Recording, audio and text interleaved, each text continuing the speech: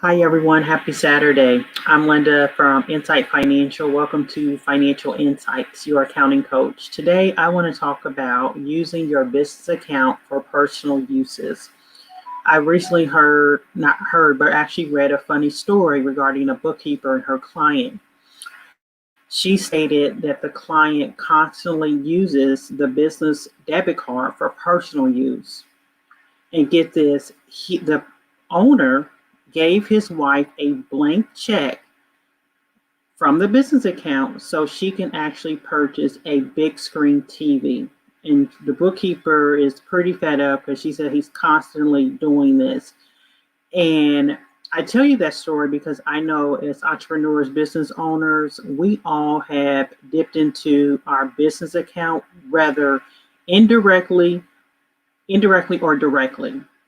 So whether that's on purpose or not. However, there's a limit that you should do. There's a limit that you have to say, you know what, enough is enough. So definitely not purchasing, a TV or, personal items for your houses. That is not what the IRS wants you to do. And you may say to yourself, well, why is that a problem? Well, first of all, it creates very accounting complex issues. So whoever's handling your books, they actually really struggle with, they really struggle with saying, okay, where should I code these transactions? And particularly if the dollar amount is such a large amount, they have no idea where to code them. Also, too, it's an accounting issue because of the IRS. So whoever is performing your taxes, how do they know how to code them?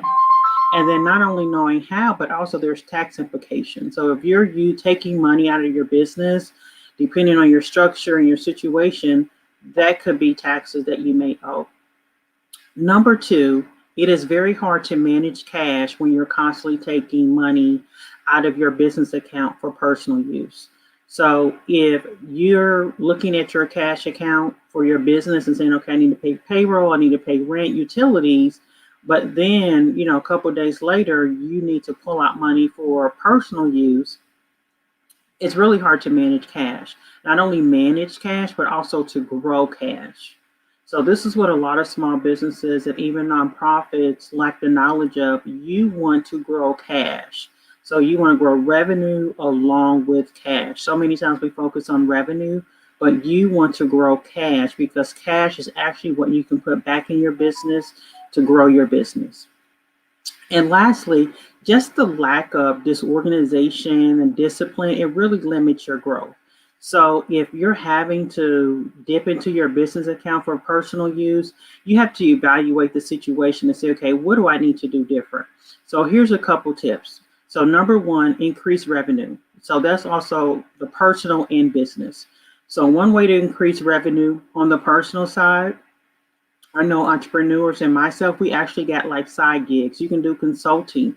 I know some entrepreneurs, they work for Lyft, they work for Amazon delivering packages. So think of other ways that you can actually bring in money on the personal side. So that can take care of your personal household, but then also you can probably put a little bit back into your business. Number two, think about when you do have to take money out of your business, make sure you are coding those transactions properly, making sure you are telling whoever's handling your books and your taxpayer, saying, okay, I had to use these funds for personal use, because you want to make sure your financial statements are properly accurate, and particularly if you go give those financial statements to a lender. Number three, why you need to not mix the personal and business. Respect the business. That's what it gets down to. Respect the business, respect yourself, give the respect that those that have invested in your business, that's your family, they've given up time so you can work on that business, employees. So get more focused and organized and really say to yourself, what do I need to do so I can stop dipping into my business account for personal use? Because if you continue to dip, I'll tell you, it leads to legal issues, operational issues, and lastly, tax issues. And you don't want those tax issues. So let's be smart about it. Hopefully these tips are helpful. You can check out my YouTube channel for more mini lessons. Just click on the link and make sure you subscribe. Have a good weekend.